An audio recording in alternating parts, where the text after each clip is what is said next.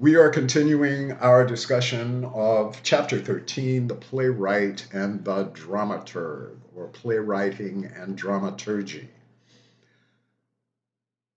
The role of the dramaturg uh, is a very interesting one. Theaters nowadays, if a theater is large enough to support a staff, um, theaters will have dramaturgs on staff. Sometimes they have an assistant.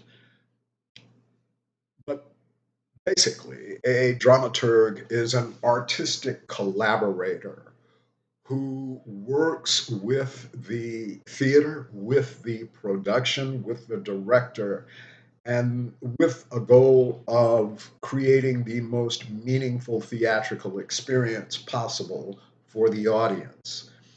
And that can be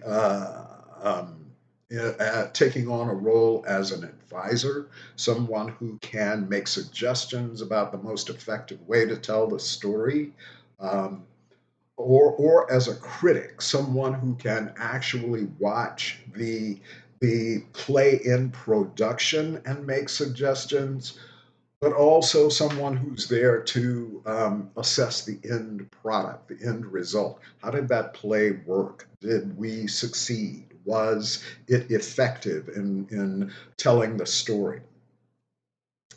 Close to the role of the dramaturg is the literary manager. Now, if we think of the dramaturg being more focused on the production in process or in production, the literary manager starts a little earlier. The literary manager is committed to finding the best plays for a theater company to produce. Um, and they consider lots of things. In just a moment, we'll be talking about the role of the producer, but the literary manager considers everything from the facility, the theater, the performance space, the size of it, to human resources. Who do we have to work with? Who's our director? Who are our actors? Who's going to be there to design? Um, they will find a play that fits the company. And if it's a new play, for example, they are involved with the development of that play, working closely, with the playwright. Um, Also, they will, if, for example, the play is a translation from another language, the literary manager will work very hard on finding the best translation of the play. Sometimes these two roles work together.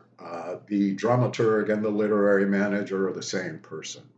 Um, Now, there is another function of a dramaturg, and that is the role of a production dramaturg. That person works very closely with the production in process, advising, doing historical research.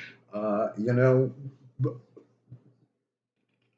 sometimes actors are given a challenge that they aren't familiar with, and they have to do their own research about the character, of course, but about the specific period that the play might be set in.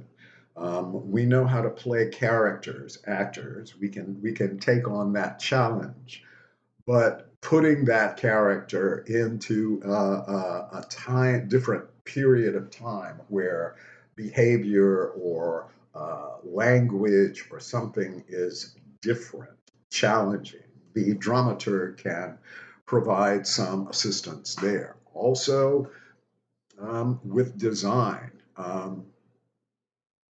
sometimes, if, for example, uh, um, a play calls for sound effects, and those sound effects are um, gunfire, for example. Gunfire might be one of the sound effects. If the play is set in a certain period, the sound of the weapon has to come from the weapons of that period. The gunfire during a battle during World War II sounds very, very different from something a battle that is happening now. So being aware of those differences, sometimes the dramaturg is there to provide that information and assistance. Both of these roles work very closely with the production. And like I said, each has the challenge of providing the most enjoyable, impactful theatrical performance for the audience.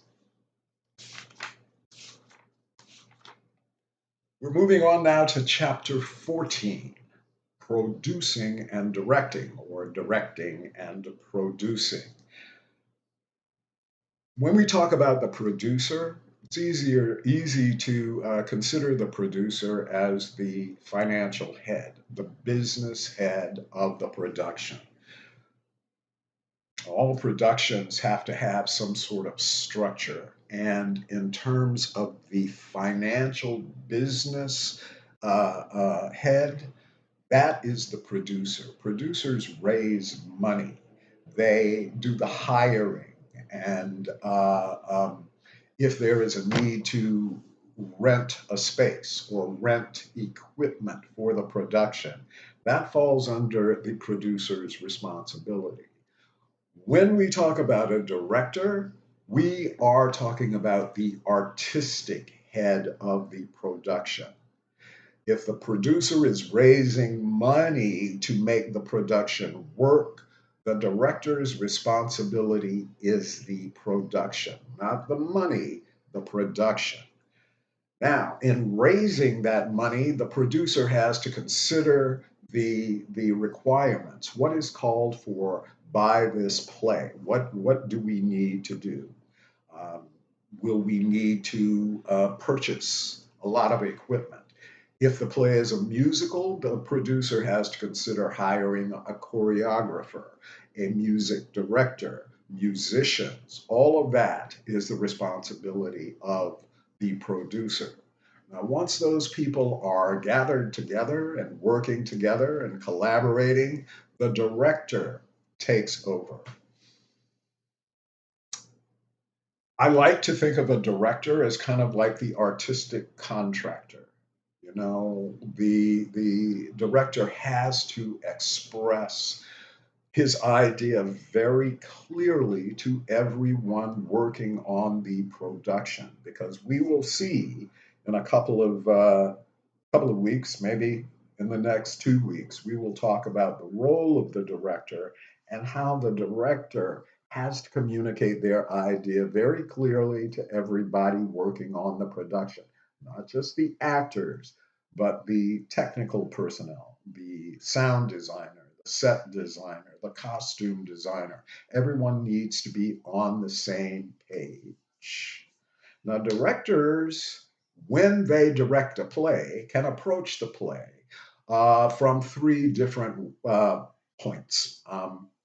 The first is that they can direct the play as the playwright wrote it, just the way the playwright called for, in the same time period, with the same locations and characters and everything. They are directing the play as the playwright wrote it. The second way that the play director can approach the direction of a play is by interpreting it. You will see this, for example, in the plays of William Shakespeare. Directors interpret his plays all the time, setting the play in a different time period, a different century, experimenting with casting. Um, all of this, that is interpreting the play. Finally, the director again can decide to depart from the play completely and rewrite the story. It's not a complete separation because the director will maintain the essence, the theme of the play. but they will set it on in another culture or against a different backdrop. It's rewriting the story.